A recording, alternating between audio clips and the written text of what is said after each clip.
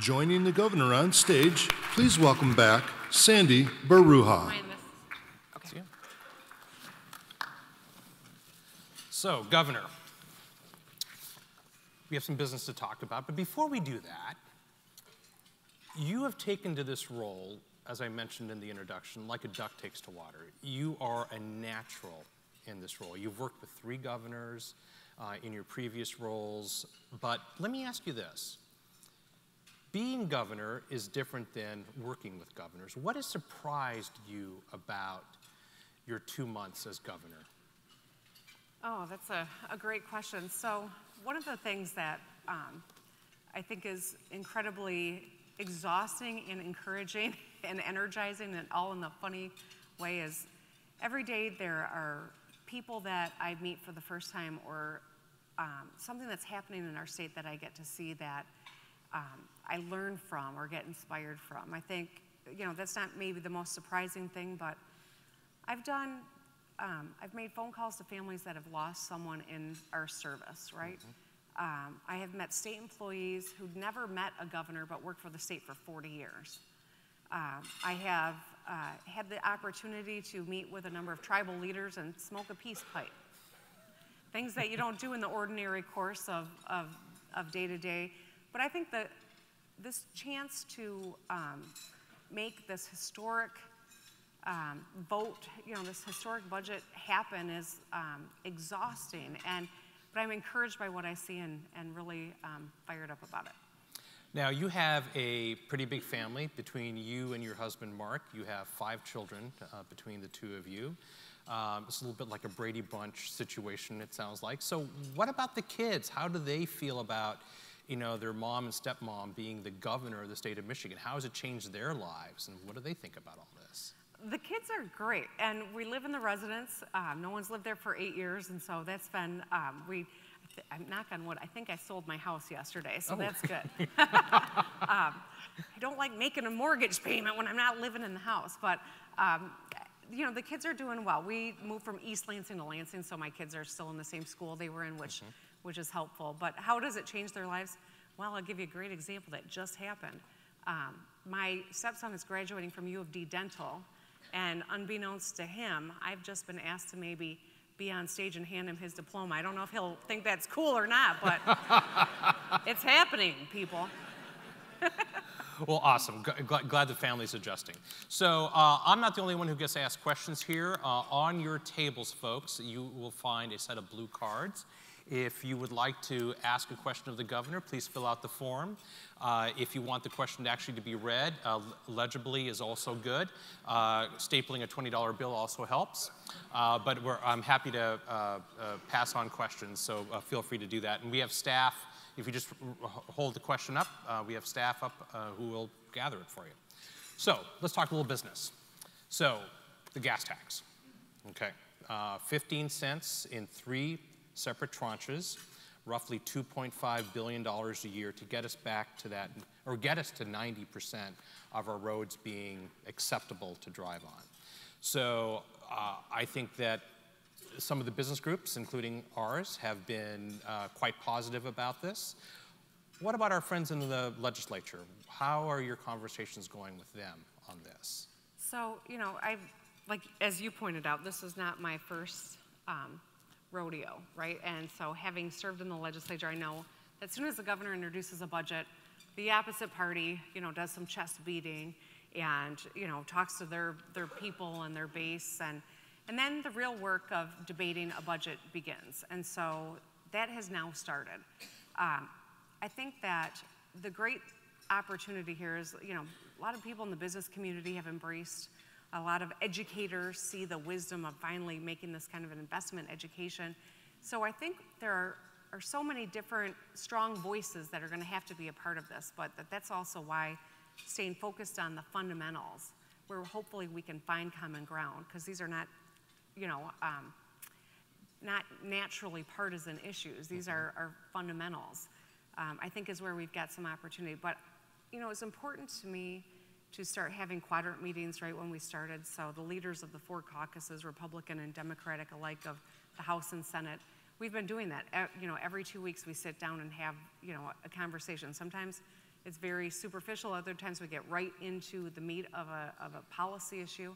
And I think that's the only way that we're going to be able to find some common ground, is to get to know each other and work out our differences. And that's why we're doing that. We've got our work cut out for us. This is could be a monumental step that we need to take, and by nature that's hard to do. And so that's why I think, you know, the chamber's going to be so important as we are navigating this and trying to bring people to the table and giving them the support they need to make this decision. You know, one of the things that myself and our legislative affairs team at the chamber have been really gratified is that your office, along with the quadrant leaders, have all been, I think, from a tone perspective, very respectful of everybody else. There hasn't been lines in the sand drawn. There haven't been kind of what we see in Washington, which is, you know, my job is to make you unsuccessful. Everyone seems to be saying, listen, I'm ready to work with the other side. Is that kind of how you're viewing things as well? Yeah, I think so. You know, we have been negotiating and working on making some improvements on FOIA with the House. I think that, you know, we are positioned to find some common ground and do a lot of good on public policy and take us from, you know, shameful where our policies are to somewhat respectable. But, you know, I do think that the rhetoric's been, you know, pretty good, which tells me that maybe people really do want to find solutions to problems, and that's something I'm committed to. You know, Governor Snyder talked about civility, and I think, you know, I was appreciative of him doing that when he was governor, and I recognize the wisdom in really seeing the humanity in one another. I talked about it during my State of the State, recognizing people as individuals and not always ascribing the worst motives to every action that someone takes, but giving people the benefit of the doubt and trying to get back to the table. Yeah, and that's one of our action items as well, is we've been focused on this civility for about 2 years now. And, you know, our view at the Detroit Regional Chamber is that, you know, while we all have potentially different avenues, our end destinations, you know, regardless if you're on the far right or far left or somewhere in between, is pretty much the same. Everyone wants the same thing for their children. Everything wants the same thing. Everyone wants a prosperous economy. Everyone wants, you know, healthy people. It's just our avenues are different, and if we can kind of wrap our heads around the fact that our destination is largely the same, it makes the rest of the conversations a heck of a lot easier. Absolutely. If we share a goal, we can figure out how to reach that goal. Right. We have to talk about it. We have to negotiate, but I think if we stay focused on the goal, clean water, good roads, schools that are getting our kids positioned for success, and it's closing the skills gap, I think we can do some great things. So going back to the roads again, because I know this is your signature issue on the campaign trail. It's been the kind of signature issue in your most recent budget proposal.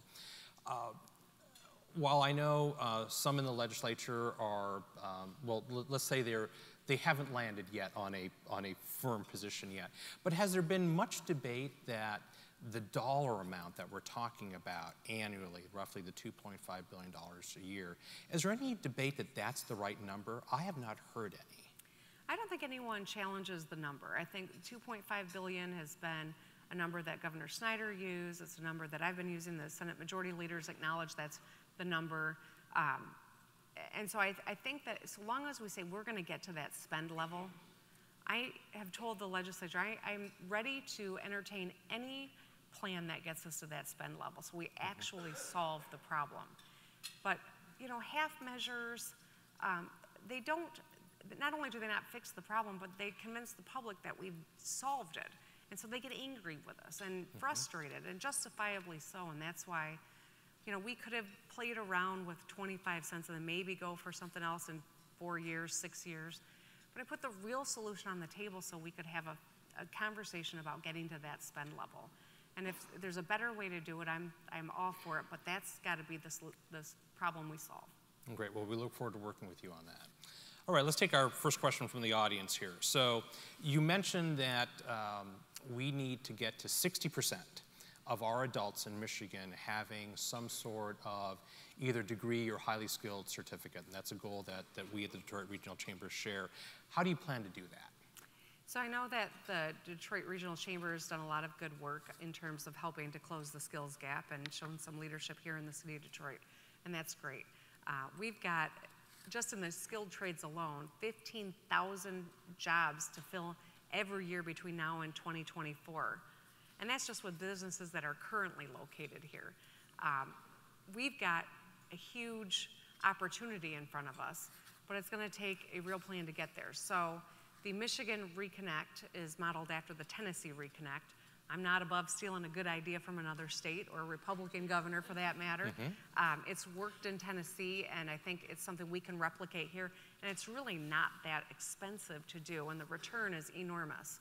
But also the My Opportunity Scholarship, which I talked about in the State of the State, making sure that every graduate of high school has a real affordable path to a high-wage skill. We used to think in our state and in our country as careers were a ladder. There was one way up. And if you didn't go to a four-year university, you weren't, it wasn't going to be a job that you could prosper in and have dignity in your work. And we've done ourselves a huge disservice with that mentality.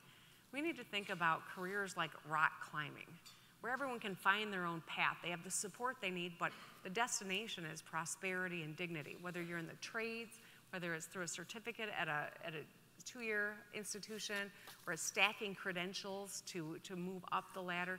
These are all great opportunities, and they're not, that education's not that expensive, but there's a barrier for most people to pursuing them. And so that's why we've really made ensuring that they're affordable for people a priority so that we can meet that goal of 60% by 2030. Yeah, it's hugely important. And best-in-class states right now are well into the 50%. So as you, kind of another example, we're kind of starting from behind the pack here, so we have some catching up to do. Talking about education funding, K through 12 education funding. So you talked about the $400 and some odd per pupil that would be coming to DPS, which you obviously heard the applause from the audience on that. How do we ensure that those dollars get into the classroom as opposed to going to administration or something else? Well, I think you're asking an important question. I know when we talk about funding, people always say, well, you're just throwing money at something that's not working, it doesn't solve the problem. Well, we've exacerbated the problem by not making the incremental investments in education that we should have. And now we've got these outcomes. So having real standards that we're measuring, but we're measuring the right thing, growth, not the result of a test. We've had the wrong mindset when it comes to how do we measure whether or not education's working, and obviously our results, I think establish that we've not been doing it well. So working with the legislature to address some of this, I've already met with some of the Republican leaders in the legislature who are eager to work with our educators who are on the front line to make sure we're measuring the right thing as well. Tripling the number of literacy coaches. Our literacy rates are abominable. Every child in Michigan knows what a pothole is, but lots of them don't have the ability to actually read by the end of third grade. And so tripling the number of literacy coaches was something that was, I think is going to help make sure that kids are literate by the end of third grade. And that's a piece of the budget as well. It's important. So we share the goal because you had your fourth grade reading comprehension levels on your slides, and you talked about third grade reading. So did you want to make some changes to the third grade reading standards that were implemented a handful of years ago? Well, I think the philosophy of holding kids back if they're not reading by the end of third grade without giving the schools the wraparound supports that these students are going to need flies in the face of all the science. To penalize a child who's not reading actually does more to devastate their aptitude for reading than actually giving them the support during the summer or the social workers and the counselors and the kind of wraparound supports kids in high poverty districts need. And so I think the goal, getting back to what's the goal, to make sure our kids are reading. If we can agree that that's the goal and use science to make our decisions, I think we can meet that goal, but penalizing alone is really going to be destructive. And I know districts across our state are really concerned about it. They want to make sure kids are reading. They just need the support on the front end to meet the goal. When you hold kids back and still don't give them the support, you're going to ensure that we've got more kids who are not going to be able to make it. Great perspective. So here's a question from the audience. In your slides, you talked a lot about where Michigan is in terms of its expenditures. So the question is, even though that our state has not seen increases in funding, where do we stand in overall funding in terms of funding for government? Has that gone down? Well, that's a good question, and I don't know that I'm in a great position to give you the statistics you want. It's easier to ask the questions than it is to answer them. I think in terms of overall funding, so much of it comes from the federal government, right, that doesn't have to balance budgets. The school aid fund has grown, but it hasn't grown anywhere near kind of the investment level that other states have put into education. So I think you could look at sheer numbers and say the budget's gotten bigger, but has it grown anywhere near what other states are doing? I think, you see what our outcomes are and how our spending has not increased. And I think there are enough data points to conclude that it hasn't, but I don't have the science in front of me to share with you. Okay. This is a Detroit audience, and we obviously have been very thrilled with what's happened in the city of Detroit, and we're very thankful of the last administration. What is your relationship and thoughts around economic development here in the city of Detroit and your relationship with our mayor? Yeah, so, well, the mayor and I were just a big part of the FCA announcement a couple weeks ago, which is incredibly exciting and really, that kind of investment is not happening anywhere else in the country. These happened, it's really unique, and the MEDC was a big part of it. It started under the last administration, so I can't take all the credit from the state perspective, but it was something that was in the works, and when we saw how big it could be and the small, economic development tools that we would need to use, the size of it, it was a no-brainer. The return is incredible, and I believe in economic development so long as we can establish for the public that it is going to create value, that it's supported by the public policy of what does it mean for the taxpayers, investment in land, in property, in people, jobs. We've got to be able to measure it and prove to the public that we've gotten something for it. The Foxconn discussion, I think, shows how perverted economic development has gotten in our country. It doesn't mean that you shut it all down, but you just got to make sure you do it smart and that you're accountable and that the taxpayers are getting something for it. And I love the mayor, despite the fact that every cartoon has me as a bride dragging him to the altar. We get along great. I think he's doing some phenomenal work. And we had lunch last summer, and he said, I just want to make sure we've got a close relationship, and I've got someone from my team who meets with him on a weekly basis, and we're going to keep working very closely together. He's doing great things here in Detroit, and we want to keep our foot on the gas. Great, awesome. We have a couple questions focused around talent, and to specifically mention the previous administration's Marshall Plan. What elements of the Marshall Plan do you intend to keep or expand upon? So the Marshall Plan, I think, was a good first step toward closing the skills gap. But I think we're going to pull the Marshall Plan into what we're doing, and ours really is bigger and more comprehensive, and I think is driven by best practices of what other states have done and where I think we can go. So it was a good first step, but I think that My Opportunity Scholarship and the Michigan Reconnect are the giant leap we need to make in Michigan to close that skills gap I talked about. Okay. And relatedly, we have a question about making Michigan a high-tech digital hub. How do we do that? Well, I sound like a broken record, but we got to get the fundamentals right first. No one is going to make an investment in Michigan if we don't invest in ourselves and do the fundamentals well. You can't come and bring a company to Michigan or grow here if you don't have the workforce to do the jobs. Can't lure young people who might want to start a family into a state where your education system is in the back of the pack, where drinking water is not, you can't have confidence in those fundamentals. And so I think that there are some brilliant ideas for things we're going to do in mobility, I've asked the MDOT and MEDC to really start thinking about some great possibilities for us as we think about the auto show coming here in the summer of next year, and really showcasing some of the great, core things that we do and that we have and only we have, and how unique we are.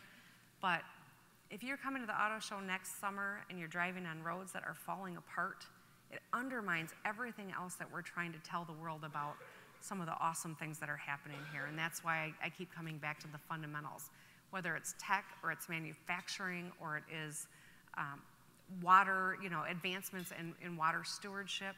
We've got some great things to offer, but we got to get the fundamentals right.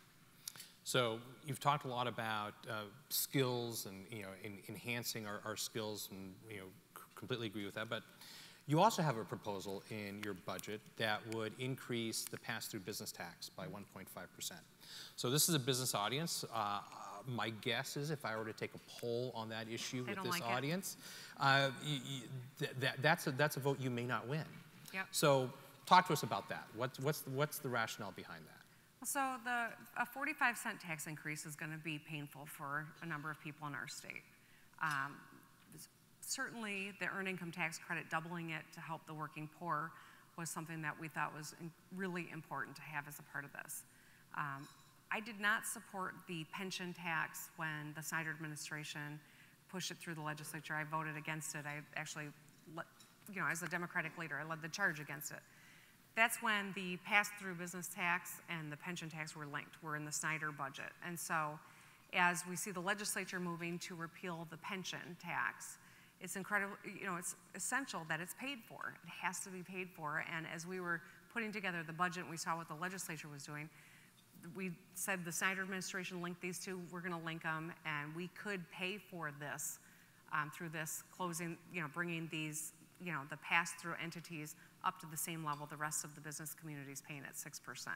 It pays for it almost dollar for dollar. Now, if you don't like that part of the budget, you can work against that part of the budget. I was over at Crane's meeting with the whole team, and they said, what's more important to you, this tax or the gas tax? And they're not even close. The gas tax is the linchpin to do all the things in the budget that we got to get done. So if you disagree with me on this particular part of the plan, I'm okay with that. We can have that discussion, but the crux of solving the water crisis and the skills gap and the education issues and fixing the dam roads is in the gas tax solution that I put on the table. I think that's exactly where we are, so thank you for that permission. All right, good. We'll fight on that one, but we're going to work together on Absolutely, the big one. We're very much so for it. So we have a couple of questions on marijuana. All right. Do you want to take them or not? There is not enough pot to fill all the potholes, just in case that question. Everywhere I go, people are like, doesn't marijuana fix the roads? It's at the height, it'll be like $40 million that'll go to the roads. No, it just from matters marijuana. less. So, yeah, you don't care as much about the roads if you get the... So, actually, that really wasn't funny. It was your joke, though. I know. I'm saying it really wasn't funny. Actually, the specific question is about the taxes the state will collect on medical marijuana. Now, the way the proposal was enacted, there isn't a huge amount of tax collection with this marijuana initiative, unlike some other states that really ramped it up. But there's going to be some revenue. What's that earmarked? Or what will that be earmarked for? So when the proposal made it on the ballot, they divvied up how the dollars were going to be spent. So some of it goes to infrastructure, some of it goes to health care initiatives, some goes to education, some to public safety. So it is divvied up. I do get the question, can the marijuana taxes pay for the roads? And when it's $40 million and the problem with roads is $2.5 billion, it's not a solution, but it is dedicated toward going to some of it to infrastructure. And I think that's one of the challenges that you face as governor, because all these numbers are big. I mean, $40 million on its own sounds like a whole lot of money, right? Yep. And people think, oh, that's $40 million, but it literally would not make a dent in the road situation if we dedicated all that money to the roads. Right. Well, and on marijuana, one of the things that has been painfully obvious is our system for governance has not worked in the medical marijuana space. And that's why one of my executive orders was to abolish the commission that was created and now have an agency that will be overseeing the provisioning of licenses of marijuana in our state. So it was something, even the chair of the former commission that I abolished, he wasn't happy of being abolished out of a job, but then he ultimately said, yeah, it's the right thing to do. So we're gonna make decisions, I think, that will ensure Michigan's in a better leadership space of dealing with marijuana and not reactive and not getting bogged down like the last system was. Well, we have 30 seconds left. What would you like to leave our audience with?